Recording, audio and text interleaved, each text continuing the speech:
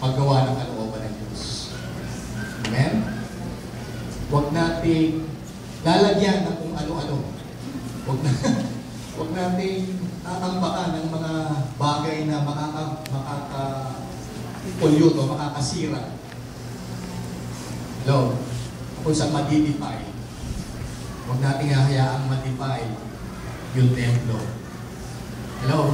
Sabi na binasa natin, don't you know that your body is the temple of the Holy Spirit? Sabihin natin, ako ay templo.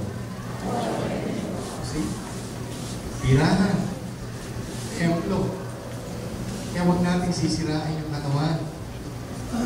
Huwag nating i-define yung katawan. Hello? Hello? Huwag nating pauusukan yung katawan. Hello? Huwag nating lalasingin yung katawan. Hello? Yes. Hello? Huwag nating hahayaang makapasok yung virus.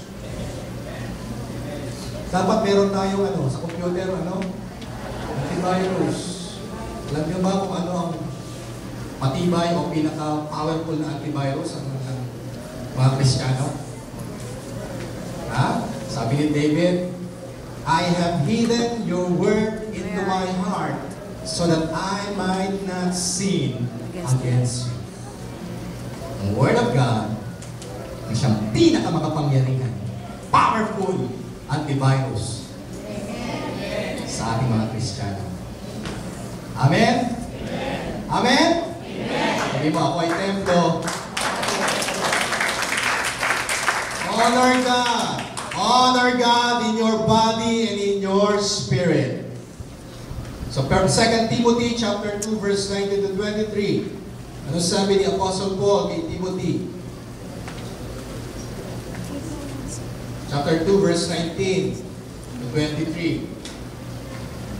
Nevertheless, the solid foundation of God stands, having this seal, the Lord knows those who are His, and let everyone who names the name of Christ depart from iniquity. Verse 20, in a great house there are not only vessels of gold and silver, but also of wood and clay, some for honor and some for dishonor. Therefore, if anyone cleanses himself from the latter, he will be a vessel for honor, sanctified and useful for the master, prepared for every good work. See? Sabi ni Lord, according to Apostle Paul, be a vessel of honor. Be a vessel of honor. Maging sisidlan tayo para sa kanyang kapurihan o kaluwalhatian. Yung mga katawan natin ay maging sisidlan para sa kanyang kapurihan o kaluwalhatian. Sino sa inyo rito may mga Chinaware? Sino? Galing pakitaas. Yung mga may ginto-ginto sa gilid, yung mga walang dragon walang dragon. Di ba? Anong ginagawa natin dito sa mga Chinawares nito? Ano po dahil? Iniingatan, ano pa? Pinupunasan, ano pa? Ginagamit, dinidisplay. Ayan, dinidisplay, di ba? Dinidisplay, nire-reserve. Di ba? So kapag may handaan, anong nilalabas natin? Anong pinapagamit natin? Anong ginagamit? Yung mga tinatago natin, yung mga talagang naka-reserve. Hello! Diba yung mga malinis, inihanda, yung mga magaganda, yung mga kutsarang dito. Pero tayo, kapag kumakain sa bahay, tayo lang pamilya, anong ginagamit natin? Plastic. Ha? Style. Yung plastic ng ice cream. Ano ba? Ano ba? Yung mga kutsara na galing sa Jollibee. Hello? Yung mga basong plastic na ginamit nung Pasko. Pero yung mga magaganda, nire-reserve. Bakit? For special use. Tingnan mo yung katabi mo. Sige. Sabihin mo, mas higit ka sa China Wares. Woo! Sabi ng Bible, sabi ni Apostle Paul, be a vessel for honor. Prepared, sanctified, prepared, ready for the use of the Master. Amen? Hallelujah! Praise God. So honor God in your body and in your spirit. Second, honor God in your conversation. Anong ibig kong sabihin niyan? Parangalan natin ang Diyos sa ating mga pag-uusap. Yan, kala natin. Hindi naririnig ng Diyos yung pinag-uusapan natin. Hello?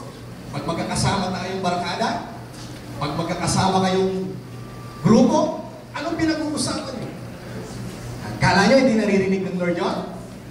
Kala natin kung hindi naririnig ng Lord yung yung pag-uusap nating mga mag-asawa, naririnig lahat ng Diyos yun. Gusto mo, paano mo nalaman na naririnig ng Diyos? Binubulong ko ng ngalan sa asawa ko, naririnig pa ni Jesus. Bulungan na nga lang kami, naririnig pa. Sabihin natin, naririnig po. Diba? Doon sa mga usapan natin, nag-glorify ba ang Diyos? Naluluwalaan ba ang Diyos sa ating mga usapan? So, practical lang po ang pinag-uusapan natin ngayon. At ito'y nangyayari. Okay, tingnan natin sa Bible, Malakay. Malakay 3. Praise God. Hallelujah. Malakay 3, verse 13.